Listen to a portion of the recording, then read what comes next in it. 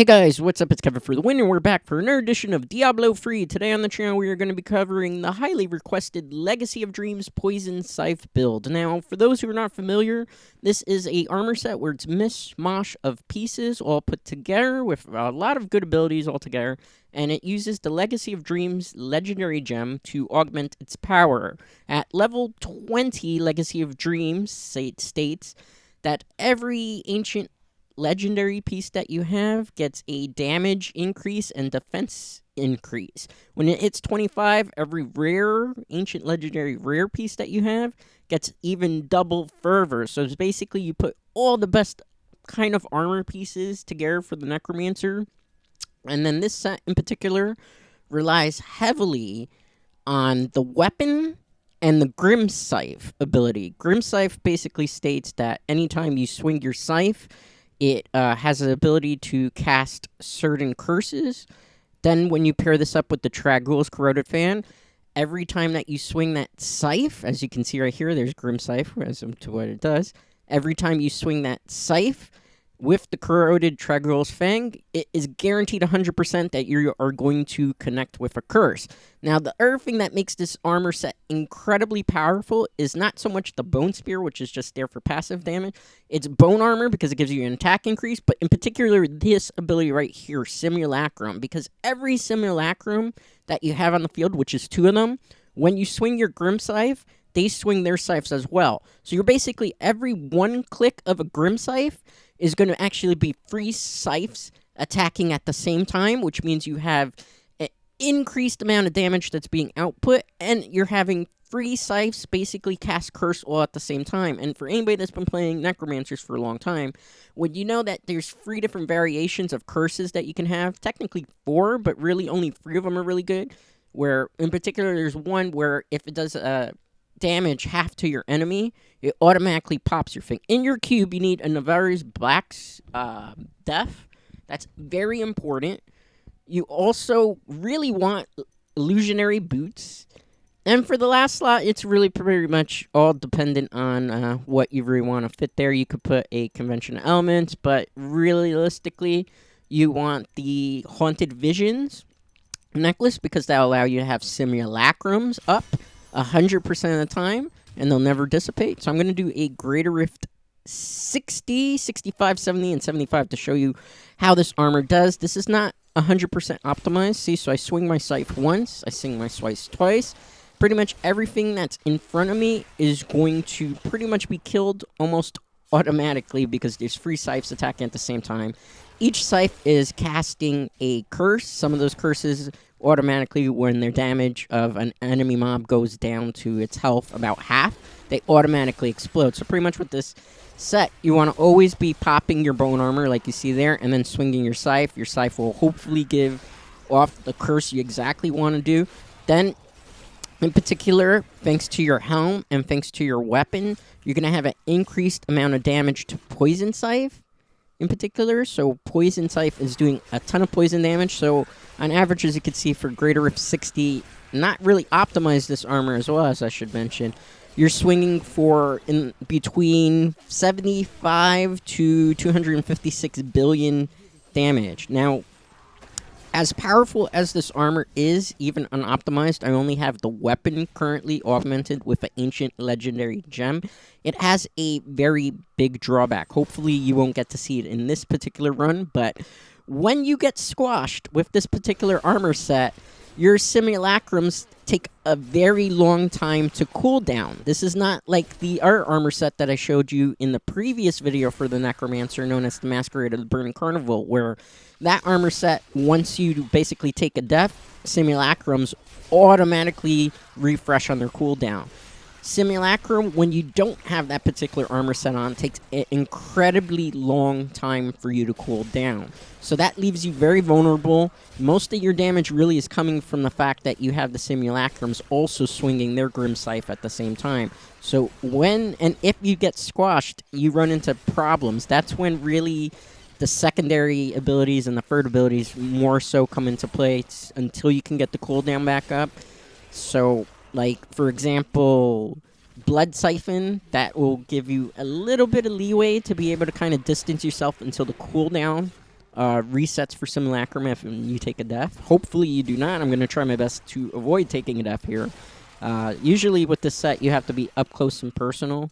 So this does really well in getting very up close and personal against things. You also want to obviously keep an eye on Bone Armor based on the abilities that we have here with the Crisp Incentus in particular, and also our offhand, which is Ledger's Disdain.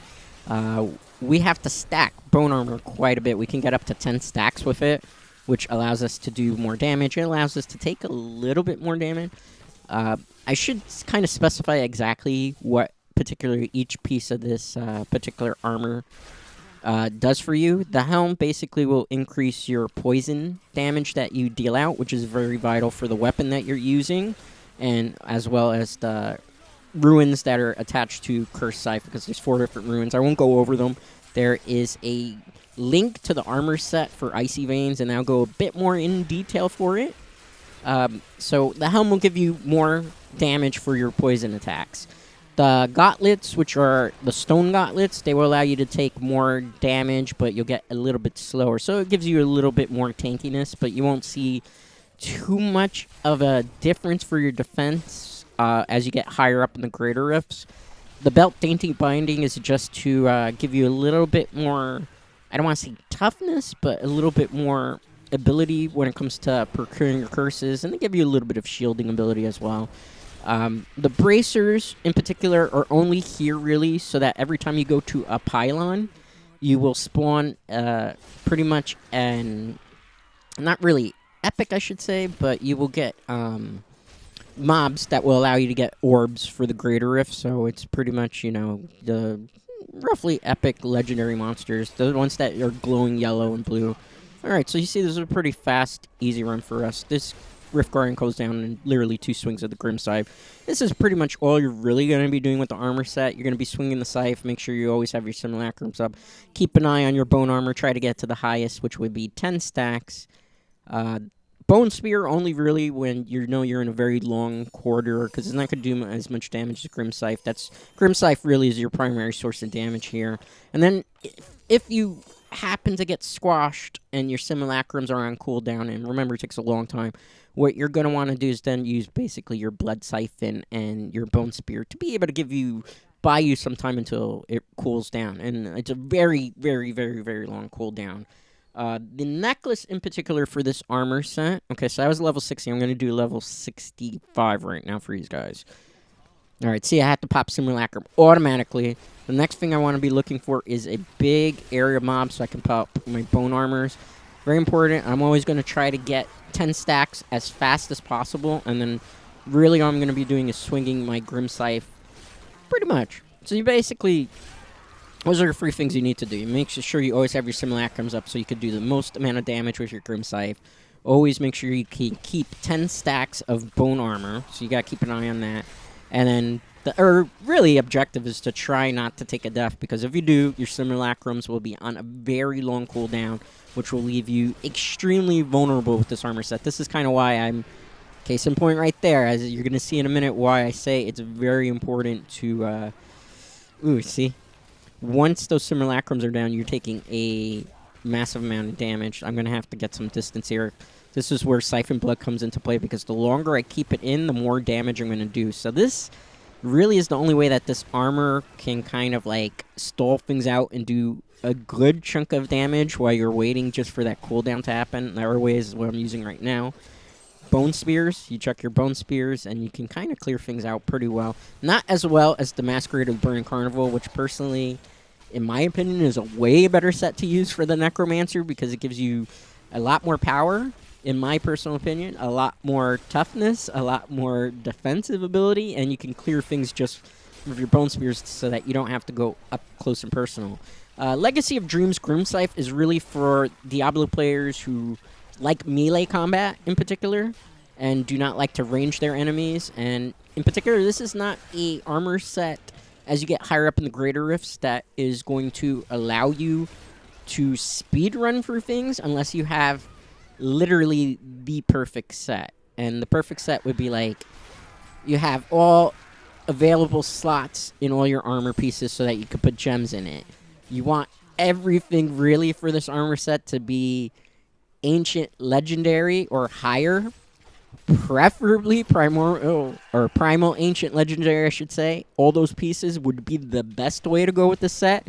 However, since this is not like farming for a regular set armors are the green armors that are just from a complete set, to farm for a Legacy of Dreams Poison Scythe set is going to take you an incredibly long amount of time. This is something that primarily you don't really want to try to accomplish doing in a seasonal journey. Okay, finally got my simulacrums back up. See, that's why I was telling you that a good case in point for this armor as to why I'm not that big of a fan of it. If you get squashed, you put yourself in a very vulnerable situation where then you have a hard time trying to come back from it. And this is even with stone gauntlets on, where it gives you a bit more toughness. But yeah, like primarily this is a set you kind of want to do not in a season's journey, unless you just so happen to be running into the pieces and they happen to be ancient legendary pieces in good rolls. Like ideally you need high crit ratio on your helm. You want crit rate damage and high crit ratio on your gloves. You definitely want it on your necklace. You're going to need it on your rings. You need high crit ratio on just about anywhere you can find it. You need slots in these particular armors so that you can put gems into it.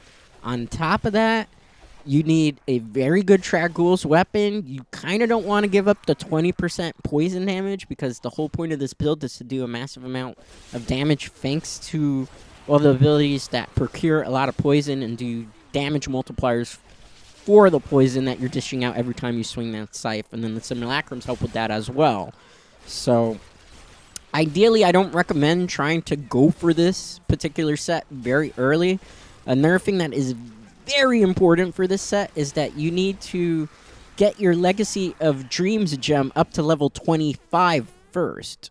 Primarily 20 first, because that'll give you enough like power, but 25 to unlock the secondary ability where you get even higher damage and defense boost from having ancient legendary pieces. And yes, that does activate as well when you have primal ancient legendary pieces for these, which will take you forever. If you had a complete set of this primal ancient legendary, you would probably be, for all intents and purposes, the strongest Necromancer build, but that would probably take you anywhere between, maybe, depending if you farmed daily, it could take you a year, it could take you 2 years, it could take you 4 years. You know, it's so... Primal Ancient Legendaries have, like, a 1 to 2% chance of dropping when you've done Greater Rift 70s and completed them. And then it's not guaranteed what you're going to get for a Primal Ancient Legendary. Sometimes you get some really good things, like my Razov's Volition for this particular set is a Primal Ancient Legendary, which allows us to do a bit more damage than if we had a regular Ancient Legendary. But in particular, it's like, it will take you a while. I don't recommend this. I would recommend for those of you who maybe are just going to be starting with Necromancer for Season 22, which should be this upcoming Friday, if I'm not mistaken. I believe that's the release date for Season 22 to go live on console and PC. I'm going to have to definitely check with you guys, and I'll let you guys know on Wednesday when I do my regular Wednesday update. But in particular, you want to probably go with the set armor for that, which is Hadred's Gift, aka Hagrid's Gift. You get that for completing the first 4 chapters of the seasonal journey, and that's going to be the Masquerade of the Burning Carnival, which I just covered on excuse me, Wednesday's video. So this is Friday, so Masquerade of the Burning Carnival will be Season 22. On Monday will be basically the countdown on this channel for Season 22. I'm revisiting all armor sets that are going to be featured as the Hadred's Gift for Season 22. The only exception will be I will not be able to cover the Barbarian, and there's 2 very good reasons for that. 1, I don't have the new armor for the Barbarian that is based on Ren. 2, if you're playing Barbarian, it's honestly better to just go Whirlwind Barbarian, so you want the waist armor, because Spin to Win Barbarian will do a lot more damage and will be way more effective for you completing your Season 22 journey than using the rend armor. It's not a bad armor, but it's not a good armor, and it's one of the least used ones next to Immortal Kings. Okay, so that was a 65. Did that in about 5 minutes. This is level 70. This is going to take me a lot higher to clear because I am not really optimized for this. The reason why I'm doing it, however, is because I want to augment my ancient legendary gems a bit higher. Something very vital for this set is the higher you can get your Legacy of Dreams gem, the more damage and defense you're going to have. So when you're focusing on this set, that's the first gem you want to build up. The next gem you want to build up is Simplicity's Strength, because since you're just using the basic attack, which is the Scythe weapon, which should be basically for people on Switch, it's going to be the A button. People on PS4 will be probably the circle button for you most likely by default. And for Xbox, I believe it would be A button for you as well. Primarily because that's all you're really doing is clicking your primary attack and doing massive amounts of damage and popping your bone armor and making sure you keep your simulacrums up. As you can see, though, even at Greater Rift 70, this armor still performs extremely well despite the fact that it's not optimized. You're still swinging billions and billions of damage. It's just a matter of speed. Like I've said many times on the channel, when it comes to Diablo 3, people really want to get high placement in the leaderboards. In order to do high placement in the leaderboards, you need to have armors that can clear things very, very fast, in super fast times. That's why people gravitate towards Whirlwind Barbarian, Strafe, Demon Hunter, which I'll be actually covering on the channel on this upcoming Monday, because that is one of the Hadred's gifts for the Demon Hunter this set. It's kind of interesting because Season 22 is basically going to be all the gifts, aka starter sets for your seasonal journey, are going to be the new armors, the last new armors that were introduced for each class. So for the Demon Hunter, it was Gears of Dreadland. For the Wizard, it was the Typhoon set. For the Barbarian, it was the Ren set that I don't remember the name for. My apologies, because that's how forgettable of a set it was. For the Crusader, it was the Aegis of Valor armor set. For the Monk, I think it was Sunawoku, if I'm not mistaken. I could be wrong on that. Somebody correct me in the comments if I'm wrong. It's been a while since I played Monk in particular. For the Necromancer, it was Masquerade of the Burning Carnival. For the Witch Doctor, it was Mundunugu.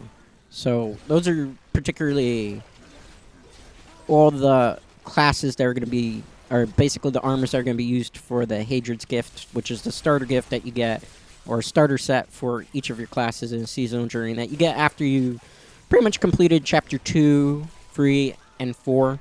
When basically how it works for those of you who have not really played a seasonal journey, and this might be your first time, because I know I do have quite a few people from the Nintendo Switch platform, because that's the one I play on, that come and check out these videos because they're a little bit lost as to what to do. And I like to give a guide, you know. And some people here in the comments have left stuff for me. In particular, I got a comment last week when somebody was watching one of my Necromancer videos where I covered Grace of Anaris and said it was too weak. That suggested that I did Grim Scythe on that set.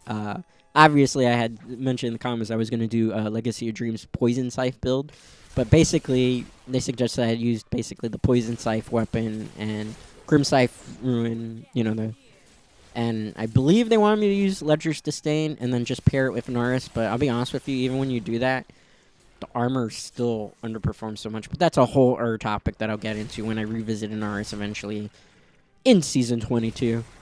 But as you can see, even with Greater Rift 70, although I'm not clearing it with speed, I'm clearing it with efficiency. I'm doing massive amounts of damage. A really good thing about Grim Scythe is that since it attacks in a circular radius and your simulacrums pretty much cover most of your bases, although you have to be careful. You don't want to get too aggressive because you can get caught in explosions, which is why you primarily want illusionary boots in your KNOX cube. Unfortunately, I wasn't able to put the boots in there because I did not roll them. It was just one of those unfortunate things. You know how it is with Diablo. RNG, RNG, RNG.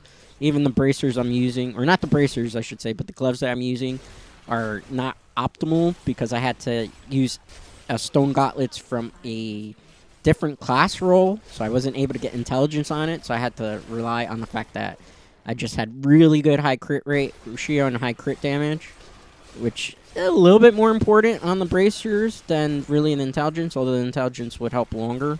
I'm hoping eventually to roll the Primal Ancient Legendary for that, so that I would take this build. This is a build that's work in progress. Only one augmentation. Still, as you can see here, it's doing amazing on greater of 70 still, even with just one augmentation. Pushing about... Oops, well, spoke too soon, guys. Spoke too soon. Okay, so this is where, like I say, the armor has a little bit of weakness unless... Oh, no. See, I had the cooldown back, but... This is one of the Rift Guardians that you really don't like to see at the end of a greater Rift 70 with this particular armor set. It's just one of the more annoying ones that can do a lot of damage to you. So I'm going to have to kind of slowly but surely whittle away. This is good because it can kind of show you where this armor struggles compared to Masquerade of the Burn Carnival. If I was using Masquerade of the Burn Carnival, my simulacrums automatically would pop right back up, so I wouldn't have to wait for that incredibly long cooldown. See, I had to go with all my resources there. So that's kind of what happens when you lose your simulacrums and you can't really swing your curve scythe for a lot of damage. You have to rely on siphon blood, poison spears, and getting bone armor stacks together to be able to do things.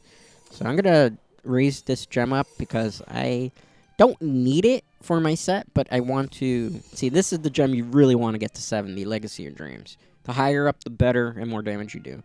But yeah, like I said, this set, when you get squashed, that simulacrum cooldown, without the simulacrums up, you can't do that much damage. So we're going to do a greater Rift 75. This is going to take a lot longer, despite the fact that I'm doing still basically the same amount of damage, because A, the possibility of me getting squashed because of everything on the field is a lot higher. So the deck is stacked against me in this situation. 2, since we're at greater 75, this is basically equivalent of Torment 16. All the enemies have a lot more HP. It's not really going to matter thanks to the Grim Scythe particular ability here, and based on what we're using, Legacy of Dreams really makes things a little bit broken. As you see, I do a lot of power, but I don't have a lot of speed, which is kind of an issue for a lot of people who want to clear it with leaderboard. If I wanted to make this set faster, I have to go back and get high ancient legendary pieces with good rolls on the bracer, on the helmet. And it'll still do extremely well. Like, I'm complaining about swinging for billions and upward of millions damage, but realistically speaking, for this armor to be at the stat that I really want it to be, pardon me, I really want the augmentation to be significantly higher. Also, Primal Ancient Legendaries would help greatly with this particular run. It'll make things faster. Like, if all these pieces were Primal Ancient Legendary, you're looking at maybe a 4-minute clear time. Instead, pretty much the way this is set up right now is great for pushing high girders, not so much speed running. Okay, so here we have it. Swing my scythe again, swing it again, pretty much clearing out things. Fairly easy, like I say. Another thing why I don't particularly like this armor set is because it's a little bit boring for my type of playstyle, where it's just you're running up to things and clicking the A button all the time. So, if you're one of those people that likes a very complicated setup, like Jade Harvest and whatnot, this is definitely not the type of armor that you would probably be interested in. This is something that you just want to grind through things fast and clear high greater rifts, and you don't really care too much about speed. This is probably the way you want to go. Particularly for Necromancer, this is considered an S-tier Necromancer armor set. This is... Most people will argue that this is the best Necromancer set to use in Diablo 3. I still say Masquerade of the Burning Carnival is a little bit better because it is a bit more tanky. And I feel when I'm playing these two armors right now, stacked aside, at least as far as Season 21 was concerned, I personally feel like Masquerade of the Burning Carnival operates a bit faster. You know, it's really dependent on your playstyle. Masquerade's very tanky. It allows you to zone. This is a more up close and personal, in your face, not very complicated to use, very easy to use this particular armor set. So is Masquerade though, at least for me. You know, more complicated armor set, obviously in RS, I don't recommend using that for any sort of build, really, because it's just, it'll get you to greater rift 45 and 50 with relative ease. Then once you get to about 50-55, the Bone Tornadoes for Nars don't do as much damage. You could probably use the particular things that I use for Grim Scythe here without using the armor set, and you could probably... I got squashed there, gotta be careful. Let me back away here. I got teleported too, alright. That's a bit unfortunate, I wasn't expecting that to happen, but that's fine. I think they teleported us to the exit, so... But, in particular, Grace of Anaris, not really recommended. You could